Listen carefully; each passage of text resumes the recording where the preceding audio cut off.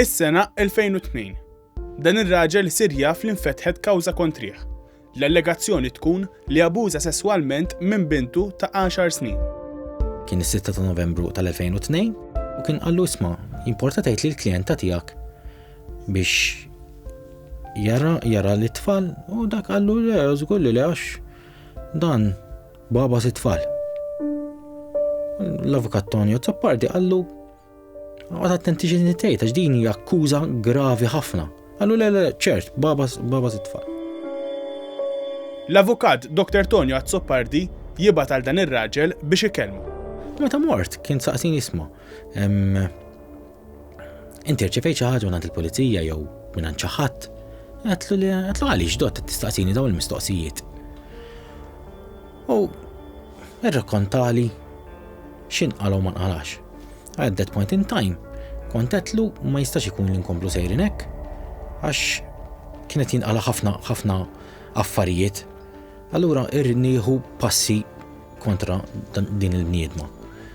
U konna għamilna kwerjela fejn jimdejt nallega at that point in time li kien hemm malafama. Iżda meta l-kwerjela tiġi biex tinstema', il-pulizija tinforma l-qorti li dan ir-raġel kellu rapport li allegatament mess lil bintu u li għalhekk il-kawża tiegħu fuq malafama ma tistax tinstema'. Il-25 Ottubru 2002 tkun l-aħħar ġurnata li dan ir-raġel jara l-tfal tiegħu. Fil-25 Ottubru kien l-aħħar darba li kont rajt l-tfal jiena. Dikinhar it-tifla kienet għamlet bikkja ma rriditx toħroġ minn ġol karozza u jiena bdejt inwiegħda li l-ġimgħa d-dieħla nara. Ġimgħa wara. Il-ġimgħa ta' wara kont mort biex inħallas il-manteniment, ġie rrefjutat il-manteniment u kont mort għamilt rapport lassa taż-żejtun biex ngħidhom isma' mort inħallas il-manteniment biex nara lil-uliedi u da ġie rrefjutat. Frar 2004 dan ir-raġel jiġi arrestat mill-pulizija. Ġejt arrestat jiena bl-akkuża ta' korruzzjoni ta' minorenni. 17 ta' Settembru 2004 dan ir-raġel jitressa il-qorti b'akkużi ta' korruzzjoni fuq minuri. Dakinhar stess dan ir-raġel joffri li jitpoġġa fuq lie detector. Fi 17 ta' Settembru verbalment kont tlabt biex jekk dejjem possibbli niġi jagħmlu li test ta' polygraph, lie detector test. Però unfortunately hawn Malta ma jsirx. Fil-qorti quddiem il-maġistrat it-tifla ta' 10 snin tajt li missiera kien stupra u penetra 5 darbiet. Però dawn ukoll qalu li t-tifla reġgħet staqarret li din kienet stuprata. Mhux darba, imma 5 darbiet. Iżda meta fil-qorti tixħet it-tabiba, tajt li mill-eżami ġinekoloġiku li sar fuq it-tifla, irriżulta illi t-tifla kienet għadha virgon takta, jiġifieri verġni. U din sabet li t-tifla kienet vergon tatta, ġifieri kienet għadha verġni. Dan ir-raġel jitla' jixed. Għaddejna mill-proċess kollu, tlajt nixed jiena wkoll. Ġi konfermat li dan l-aħħar allegat abbuż kien sar f'Ottubru tal-2003, però baqgħu jinsistu li kien il-Furjana.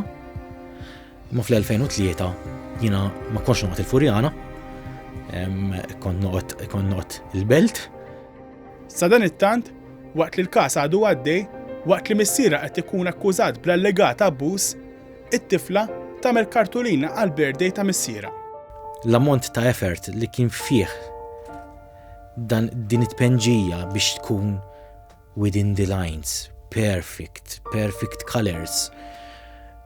U l-kliem li kitbet fuq li tħobni.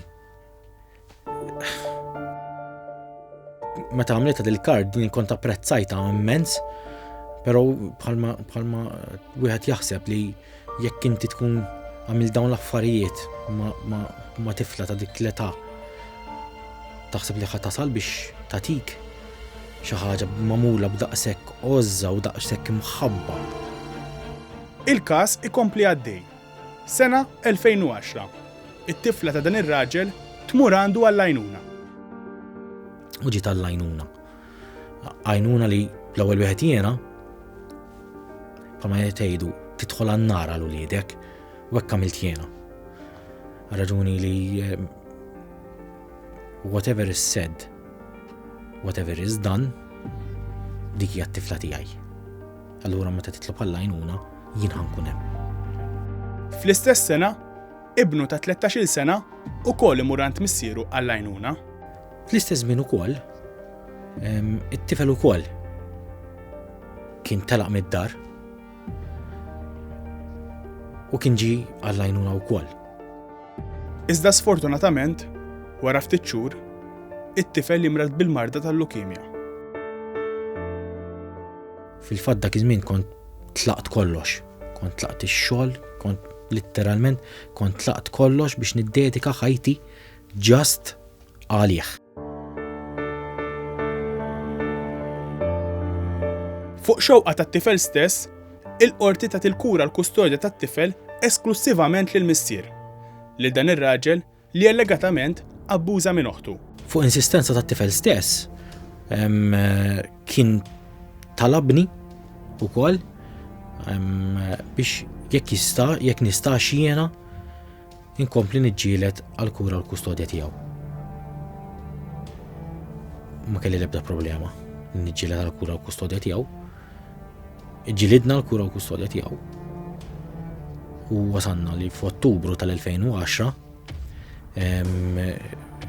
l-imħallef Anna Felice tat sentenza ta' esklusivament.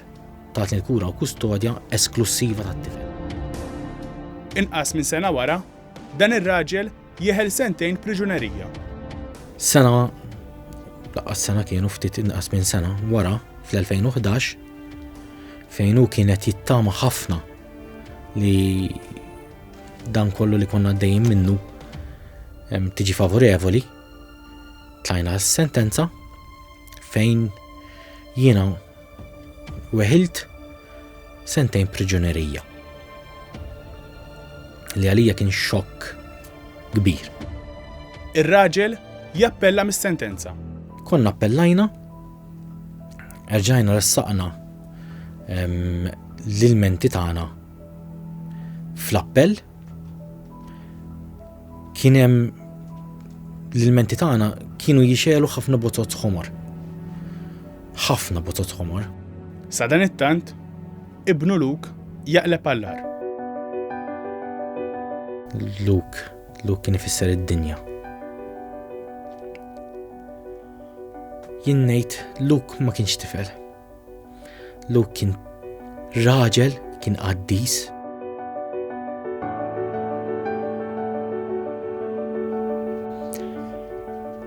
Bħalmet kien l-aħħar żmien ta' ħajtu, però kien l-isbaħ żmien ta' ħajjitna. Qattajt ħafna ħin miegħu ma tlaqx minn ħdejh. U sar jafni u jiena sirt nafu iktar.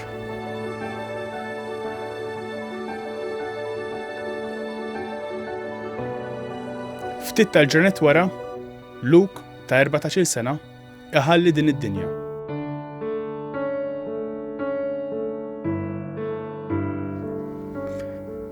Nimmissjaħu ma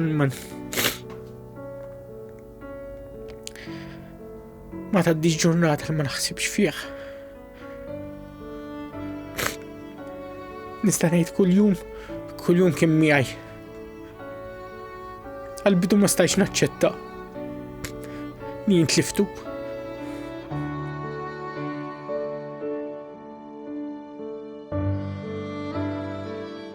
L-imħabba li kien juri biex nġiblek eżempju żgħir. Dak l-aħħar lejl li kien miegħi li kien ħajmut. Jien kont għamiltlu photo story bil-ftit ritratti li kont ħatlu. Niftakar ma setax jorqod għax kien qalinna li jibża li jekk jorqod ma jerġax iqum. U Kont qed Luke isma', qed għandi dil-photo story nixtieq norjielek. Imma irrid biċċa mużika li toġob lilek. U kien qalli hemm diska dat jisimha Dead and Me. U nfittex fuq l-internet, u nfittex, u ma nistax insib l-ebda diska Dead and Me. Però sibt diska jisimha Father and Son. U qed Luke, jaw Father and Son, għalli ħan ismaħħa dat. U semmajtlu biċċa. Għalli jiva diki. Alright, għamiltielu. I was once like you are now, and I know that it's not Għalli, easy to bla tlaqli ta' xej, għax tfakkarni fik. something going on. Take your time, think all U dak il-ħin, that ħassej, you've got u bħġa għawija f'qalbi. tomorrow, but your dreams may not. Ħassejt li kienet ħatkun l-aħħar ftit sigħat li kellu f'din id-dinja.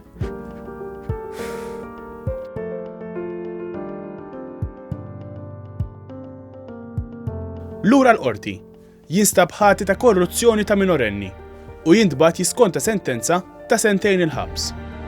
Fil-fatt fil-qorti tal-maġistrati ma sabitnix ħati ta' stupru għax l-akkuża ma kienx stupru imma kienet korruzzjoni ta' minorenni. U waħil sentej fuq korruzzjoni ta' minorenni. Minkejja din it-tbatija li għadda minna, dan il-missier xorta jażel li jaħfer lil bintu. Qatt ma nista' nsiba ġewwa qalbi li kolli daqshekk mibeda liha. No. Taħfrila. Maħfura u lesta. Għamilta pubblikament waqt li kienet ħdejja fil-qorti kostituzzjonali quddiem l-imħallef Ġejar Mikallef